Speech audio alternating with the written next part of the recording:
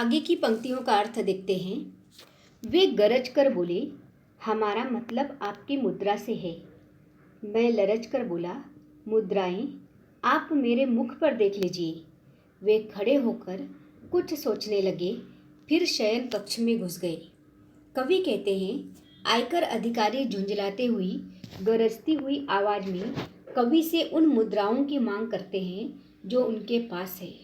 तो कवि कांपते हुए से कहते हैं कि उनके पास तो केवल मुख मुद्रा है, अर्थात सोने या चांदी के सिक्के नहीं है, तो चेहरे की भाव को ही वे मुद्रा कहा जाता है।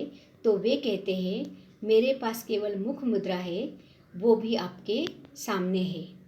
अलग अलग तरीके से पूछने के बाद भी जब अधिकारियों को कोई संतोषजनक उत्तर नहीं मिलता है तो वे गंभीर हो जाते हैं और कुछ सोचते हुए कवि के सोने की कमरे की तरफ, बेडरूम की तरफ चले जाते हैं।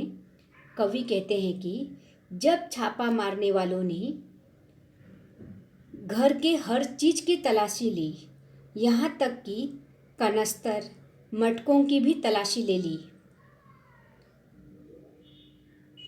उनके घर में सोने के कमरे में तकिया को भी नोचते हुए उन्होंने टटोला, टूटी अलमारियों को भी देखा, बच्चों की गुल्लक तक को भी देख डाला।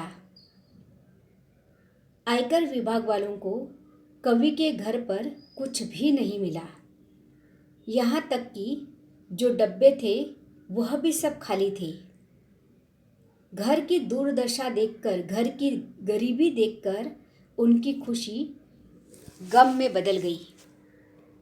अब उनके हृदय में कवि के प्रति जो क्रोध उफन रहा था कि कवि ने कहीं से गैर कानूनी तरीके से पैसे कमाकर बहुत सारा सोना चांदी पैसा रखा है, वो सब क्रोध उनका चला गया।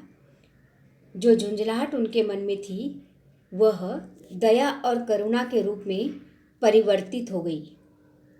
इस तरह कवि ने आयकर विभाग की कार्य पद्धति को आड़े हाथों लिया है और साधारण इंसान के दयनीय परिस्थिति का वर्णन किया है।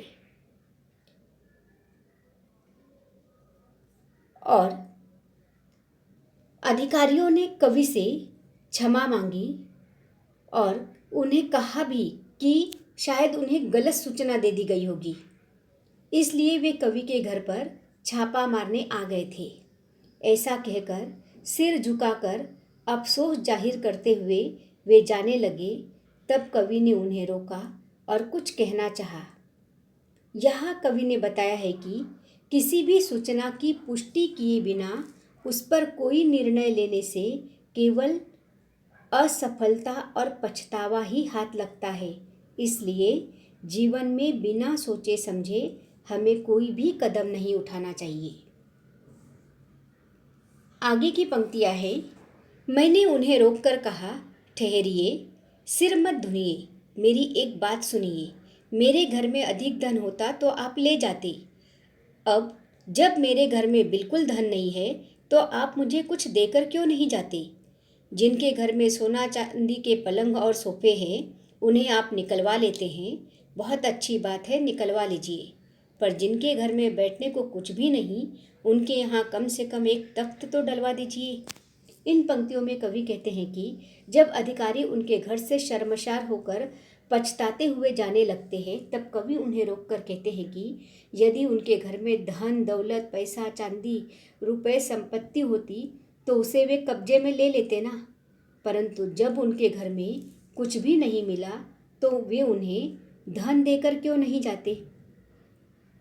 कवि कहते हैं कि जिनके घरों में छापा मारने वाले को सोना चांदी के सोफे और पलंग मिलते हैं वे उसे अपने अधिकार में ले लेते हैं, जब्त कर लेते हैं। एक तरह से ये उचित भी है क्योंकि उन्होंने गलत तरीके से धन कमाया हुआ होता है। परंतु जिनके घर में बैठने के लिए एक तख्ता भी नहीं है, कुछ भी व्यवस्था नहीं है, कम से कम उन्हें कुछ तो देना चाहिए।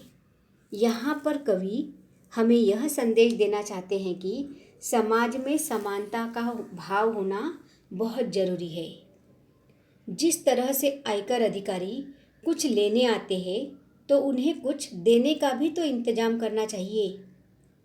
कवि चाहते हैं कि अभावग्रस्त घरों को कुछ चीज़ें उपलब्ध करवाई जाए ताकि उनके जीवन में भी थोड़ा सुकून आ जाए, और गरीब परिवारों की मदद करने का ये सुझाव भी कवि अप्रत्यक्ष रूप से दे रहे हैं।